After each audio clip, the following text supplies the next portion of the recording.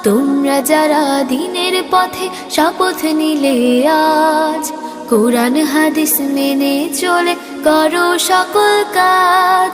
ধরার বুকে করতে কায়েমাল কোরআনের রাজ, ধরার বুকে করতে কায়েমাল কোরআনের রাজ, আল কোরআনের রাজ।